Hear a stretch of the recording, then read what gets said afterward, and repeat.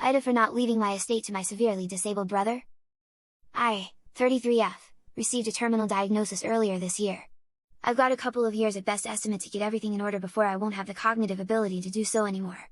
I've been working with a lawyer and an end-of-life care social worker to make sure everything will go as smoothly as possible and my wishes will be respected. I also have a complicated family situation. My parents were never married and my dad died when I was 12 of the same condition I now have. He never married, so all his assets were put in a trust for me by my grandparents.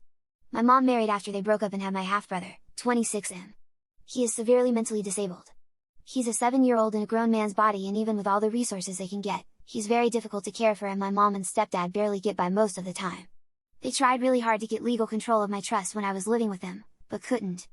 I help out some when things are really hard, but I feel like my mom treats me like an emergency fund rather than her daughter, and my stepdad has been bitter about the financial stuff. My dad was very successful and his family is well off, since even before my dad died.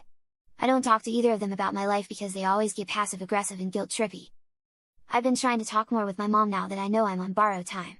We never had a great relationship, but I wanted to try and resolve some of it. She's been much nicer to me and more concerned since the diagnosis, so I thought it was okay to open up a bit.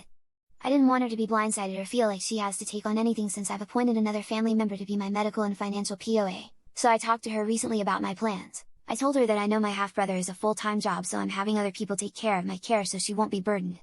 She was thankful for that, but then brought up how she always hoped that I would be the one to make sure my brother was taken care of when she was gone, and that in a way I still would be. She would put whatever I leave behind into his care fund and would make sure he knows it's from his big sister. This is where I might be the I'm not leaving anything to my mom or brother. I don't have kids, but I have been the favorite auntie to my best friend's 2 children for their entire lives. They are the light of my life and I spend a lot of time with them. My BFF and I have been through a lot together. She and her husband have been the ones going with me to appointments and letting me crash in their spare room when I was too sick for meds to be home alone. Whatever is left over after I'm gone is going to the kids for college. I know it's money that could secure better care for my half-brother and take some of the load off my mom, but I feel like I want to help someone else now.